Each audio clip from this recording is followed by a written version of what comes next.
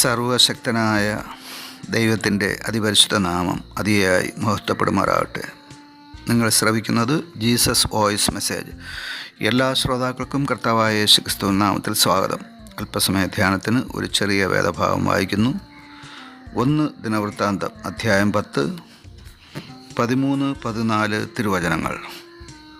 ഇങ്ങനെ ശൗൽ യഹോവയോട് ചെയ്ത അതിക്രമം ഹേതുവായും യഹോവയുടെ വചനം പ്രമാണിക്കായികയാലും വെളിച്ചപ്പാടത്തിയോട് അരുളപ്പാട് ചോദിച്ചതിനാലും മരിക്കേണ്ടി വന്നു. അവൻ യഹോവയോട് അരുളപ്പാട് ചോദിക്കായികയാൽ അവനെ കൊന്ന് രാജത്വം ഇശായിയുടെ മകനായ ദാവീദിന് കൊടുത്തു.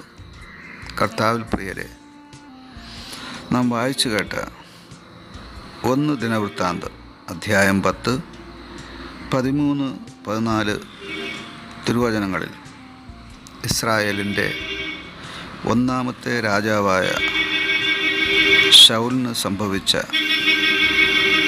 അകാല മരണത്തെക്കുറിച്ചാണ് രേഖപ്പെടുത്തിയിരിക്കുന്നത്. ദൈവം തന്നെ ഇസ്രായേലിന് രാജാവായി വാഴുമ്പോൾ ഇസ്രായേൽ ജനം ദൈവത്തോട് മറ്റു ജാതികൾക്കുള്ളതുപോലെ ഞങ്ങൾക്കും ഒരു രാജാവിനെ വേണമെന്ന് ആവശ്യപ്പെടുകയാണ്. ആ ആവശ്യത്തിന് മറുപടിയായി ദൈവം ശമൂവേൽ പ്രവാചകനെ അയച്ച് ഒരു രാജാവിനെ ഇസ്രായേൽ ജനത്തിന് വാഴിച്ചു കൊടുക്കുകയാണ്. ആ രാജാവിൻ്റെ പേരാണ് ശൗൽ. ശൗലിന് ദൈവം 40 വർഷമാണ് രാജാവായി വാഴുവാൻ അനുവദിച്ചിരുന്നത്. എന്നാൽ അവൻ 2 വർഷം മാത്രമാണ് ഇസ്രായേൽ രാജാവായി വാണത്.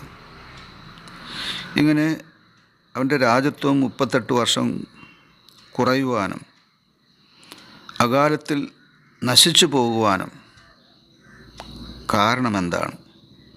നാം വായിച്ചു കേട്ട വേദഭാഗത്ത് ശൗലിൻ്റെ രാജത്വം നഷ്ടപ്പെടാനും ശൗലിന് അകാല മരണം സംഭവിക്കുവാനും 4 കാരണങ്ങൾ രേഖപ്പെടുത്തിയിരിക്കുന്നു.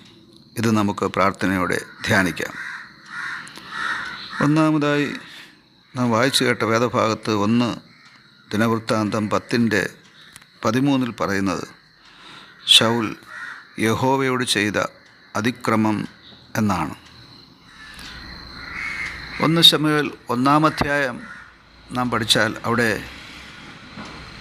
ഏലി എന്ന പുരോഹിതൻ പറയുന്ന ഒരു പ്രസ്താവനയുണ്ട്. തൻ്റെ മക്കൾ അനുസരണക്കേട് കാണിക്കുമ്പോൾ അവരെ ശാസിച്ചുകൊണ്ട് ഉപദേശിച്ചു പറയുന്ന ഉപദേശമാണ്. മനുഷ്യനോട് പാപം ചെയ്താൽ അവന് വേണ്ടി ദൈവത്തോട് അപേക്ഷിക്കാം. എന്നാൽ മനുഷ്യൻ ദൈവത്തോട് പാപം ചെയ്താൽ അവന് വേണ്ടി ആർ ദൈവത്തോട് അപേക്ഷിക്കുമെന്നാണ് അവിടെ ചോദിക്കുന്നത്. ആ പ്രസ്താവന വളരെ സത്യമാണ്. ഇവിടെ ശൗലിൻ്റെ നാശത്തിന് ഒന്നാമത്തെ കാരണം ശൗൽ യഹോവയോട് ചെയ്ത അതിക്രമം എന്നുള്ളതാണ്. ദൈവം മുമ്പിൽ നാം അതിക്രമം അഥവാ പാപം ചെയ്യാതെ നമ്മെ തന്നെ കാത്തു സൂക്ഷിക്കേണ്ടത് അത്യാവശ്യമാണ്. രണ്ടാമതായി ശൗലിൻ്റെ പാപമായി നാം കാണുന്നത് യഹോവയുടെ വചനം പ്രമാണിക്കായികയാൽ.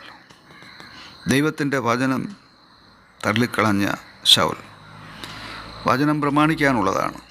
അത് തള്ളിക്കളഞ്ഞാൽ ശിക്ഷ തീർച്ചയായും വരും.